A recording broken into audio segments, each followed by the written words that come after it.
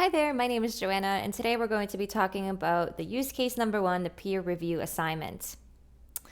So the first step in the assignment here is for the instructor to assign students to small groups. So in order to do so, we're going to go ahead and navigate to my English course here, keeping in mind that the English course is a nice standard as an example for our demonstrations, and I'll do my best to make it relevant to the specific work case. So again, we're going to start off with creating some groups, navigating to our course tools, and finding the group tool. This tool allows us to create groups, allows us to create discussions, assignments, a locker area for students to share specific documents, all within the same go. So I'm going to go ahead and click on new category so we can go ahead and create a new group together. So this category name is going to be called the thesis groups. We can provide some description here for text, but just in effort of keeping this video nice and clean in under 15 minutes, we're going to script some of the descriptive text here. Moving past to the enrollment types, the number of groups, I'd like to have 5 for this specific use case. We're going to not set a group prefix, and we're just going to scroll all the way to the bottom where we can see that we can set up the discussion area, the locker that I mentioned, and also an assignment corresponding for these specific groups. The way that we can set up the discussion area at the same time as we're creating our groups is to either pick from a forum that we've already created, or we can actually set up a new forum right away. So I'm going to go ahead and set up a new discussion forum for my students so they can share information, they can have more of a discussion and a peer review for their discussion or their thesis. So we're going to go ahead and call this our thesis discussion forum. Again, skipping past the description, we're going to hit save. Great. So we're also going to make sure that we need to create a new topic to restrict this group category. So to make sure that only the specific groups can access these specific discussions. If at any point you're feeling confused or not sure what something means, you can go ahead and select this little question mark. It's going to let you know exactly what that specific option will do. Great. As soon as we hit save, we're going to be brought to the next step of creating topics. Right, so for this topic within the thread, we want to make sure that our students have the title for the discussion groups. Okay. Or we can actually create one topic per group, so 5 topics total. Okay, so we want to make sure that each group has a separate restricted topic, or we can make it so that groups share one group topic. Okay, go ahead and create next.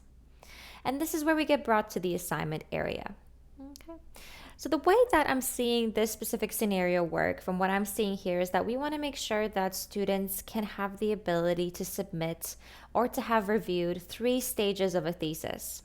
Okay, we want to have a paper exchange, we want to have a peer discussion, and we want to have an assignment with a built-in rubric. So this is my idea here, is that we will be creating assignments for each specific step, right? So the first will be a paper exchange. Let's go ahead and name that the paper exchange.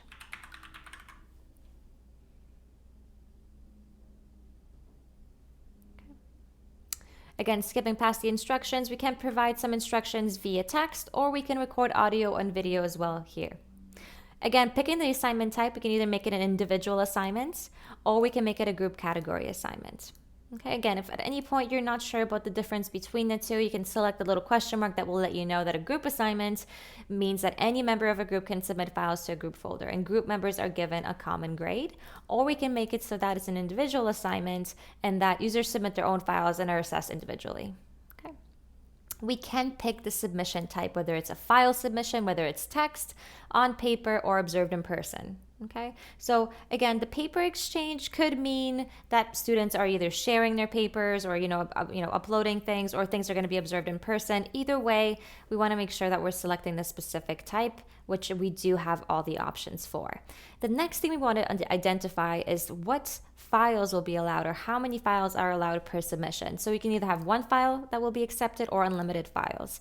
Now again, if we want to keep this under one category and have all 3 assignments submitted in one place, we can do so. Or we can keep it one at a time and all submissions are kept, or only the most recent submission, or only one submission is allowed. Okay. Again, moving past some of the options here, we can select different categories for our assignments. I would recommend to create a new category here for the grade, specifically letting us know that this is the thesis paper exchange. Again, my idea here is to have 3 separate categories, one for paper exchange, one for the peer discussion, and one for the assignment and the built-in rubric. Okay, we can of course put in our corresponding score, right? a specific value that we want it to be out of. We can select the grade item, or again, we can create a new separate grade item if we want, and the grade item to be applied to the paper exchange. Absolutely no problem. It really depends on what the instructor wants to do with the researchers. And of course, we can also add the ability to have rubrics added as well. Again, the third part of the assignment creation that we could, once we create that separately, is the use of the assignment's built-in rubric, which we can do by clicking on add a rubric from a rubric that we've already created, or a rubric that's already come over from your other LMS or your past courses, which will definitely happen. Or we can actually create a separate rubric in a new window. And again, folks, I do apologize if I'm going a little bit fast. Just want to make sure we're under that 15-minute limit here, and we've got a few things we want to get through. Definitely important to touch base on the editing rubric tool that we have that allows you to create all different types of rubric, whether they're analytic or holistic. We can pick different points, custom points. We can have different points system. Things can be worth half points or a little bit less traditional. And of course, you can start typing in your criteria or different levels. And of course, we even have the ability to provide that templated feedback. As soon as a student meets this specific criteria, level 4, the initial feedback can be posted here as well. Or we can choose to leave that empty if we want it to be a little bit more subjective. Okay. Great. So moving past the rubrics, we can of course select the default scoring, right? We can also make sure that users add this to their ePortfolio. We can give them the ability for students to share their work within their own ePortfolio. Brightspace does come with its own ePortfolio tool that allows you to, for students or learners, researchers, instructors to save their work and bring it with them with something called lifelong learning, which allows them to have access to it even past their experiences within this institution, and they can actually even continue using and adding to it indefinitely. Okay. We do want to make annotation tools available for this assessment because that is one of the requirements for this use case. So I'm going to go ahead and click Create. And now we have a nice workspace summary letting us know that we've created the discussions that we needed. We've got that locker created for the students for them to share their own individual things or have other students access them. And we also have that assignment created. Okay. At any point, we can go back in and add more assignments, more discussions, absolutely no problem. Okay. Perfect. Great. So the next thing on the list here is providing feedback from peer reviewers, and will be provided at the halfway point through a paper exchange, peer discussion, and the use of assignment built-in rubrics. So we've already got that taken care of. And now we're moving on to the professors that will provide formative feedback and recommendations through inline annotations at the quarter, halfway, and endpoint of the thesis development. Absolutely no problem. Going on, that idea that we have 3 separate assignments for different parts of the thesis. The first assignment would be, the quarter mark. Then the second assignment would be the halfway point, and then the end point of the thesis development would be its own. So we'd have 3 separate assignments created. Okay, just putting that out there and making it relevant to what we're seeing. Keeping that in mind, what we have the ability to do within the Brightspace platform is use a tool called Quick Eval that will show us all of our submissions in one area, rather than having to go into a course and finding out the specific assignments. Every time a student submits something, I will see exactly what it is and be able to jump into it. Now, let's say Janice Bowman has completed her first quarter part of the thesis. And let's say that rather than it being her first plan, it's her first draft for that thesis statement, right? Again, just the difference of what we've named an assignment and what's currently available in my sandbox. Again, just keeping in mind that we're trying to paint a picture here with a specific use case. So let's say this is her first quarter assignment for her thesis, and I want to go ahead and provide some inline annotations, right? And if I wanted to do so for the halfway point and at the end point, I would just create 3 separate assignments or submissions for my students to use. All right, so let's check out what Janice has created for her quarter check-in of her thesis. Okay, so all I have to do is select that submission. Again, folks, feel free to pause the video if you need a little break. I'm just going quickly so we can reach every scenario here. What I can see right in line is her submission. I can go through it. I can start providing some inline annotations either via freehand approach. Again, this is all mobile friendly, so we can, give her a nice little A+. I can pull this up on my phone, or if I'm not so creatively inclined, I can go ahead and drop in some notes. These can be color coordinated, right? We can have red or purple or blue notes, whatever we like, and we can drop in some text here as well. All right, folks?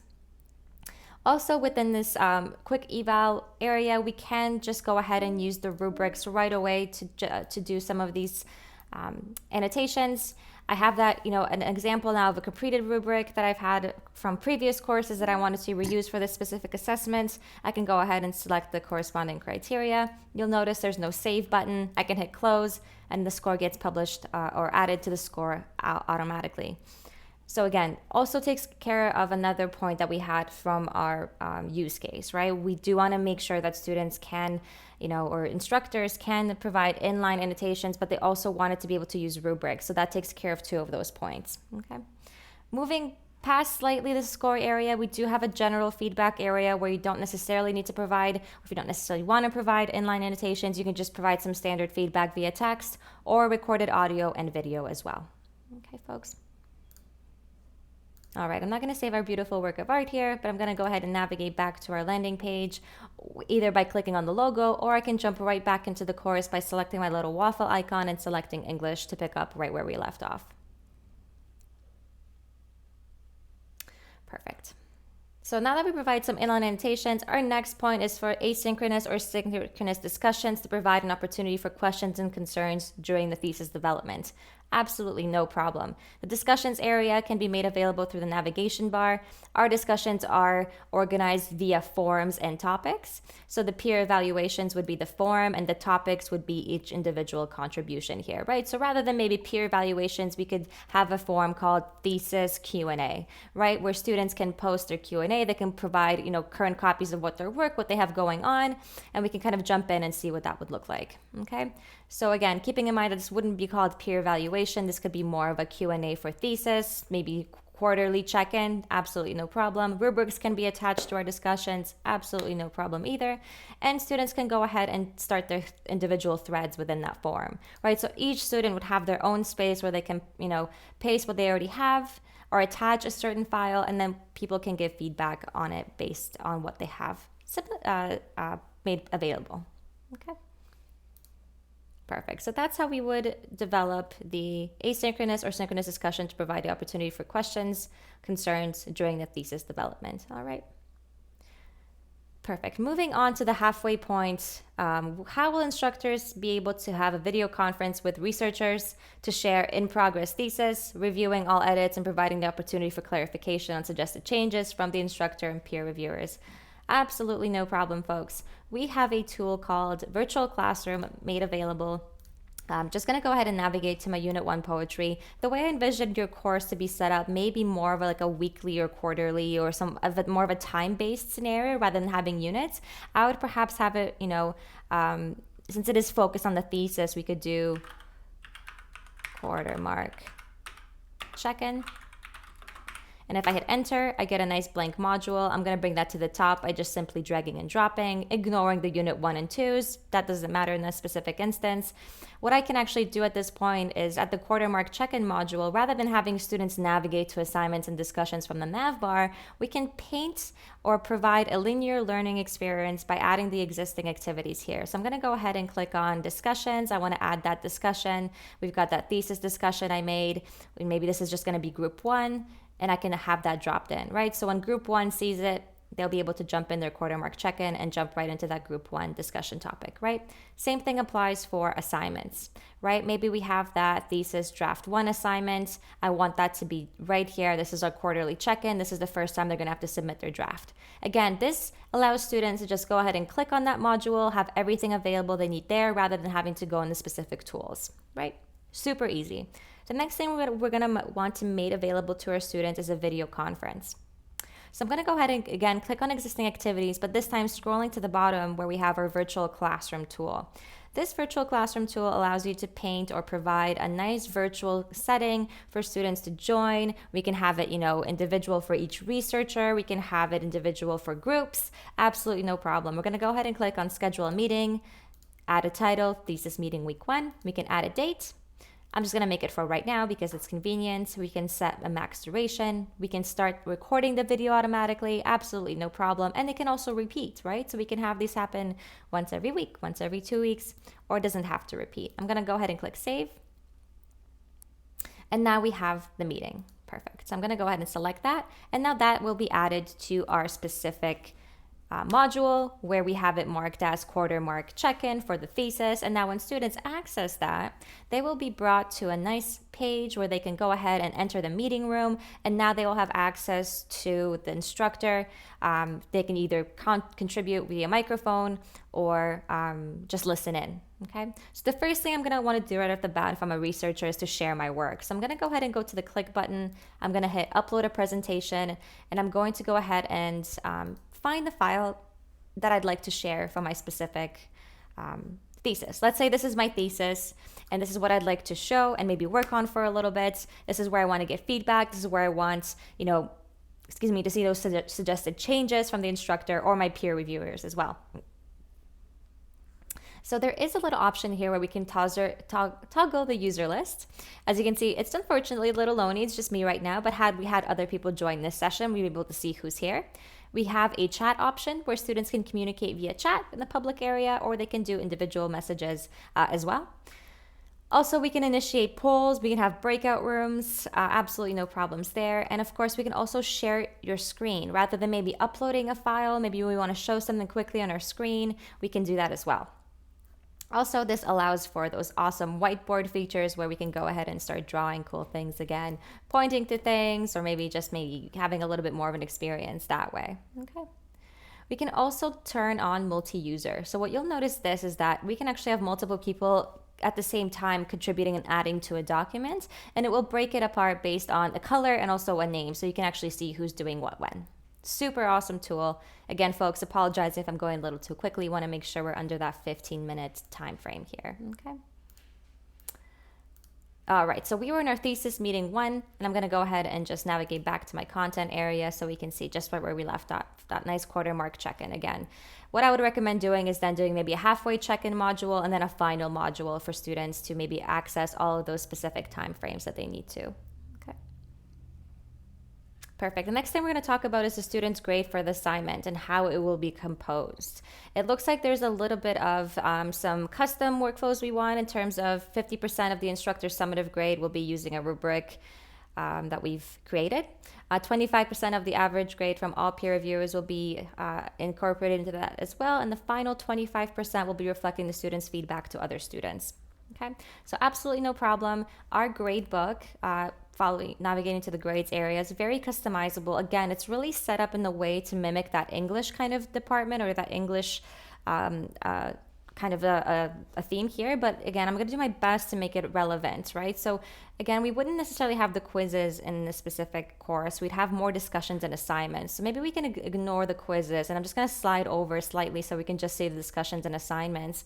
And again, we'd have the way that we like to organize things, you folks are probably noticing at this point, is with a category and then individual items, right? So we'd have those discussions, we'd have that peer review, we'd have probably a few different peer reviews, so we'd see multiple. As you can see, the assignment is a good example of that, where we'd have that maybe that first review, maybe that second review, or that quarterly review, and then halfway point and final review.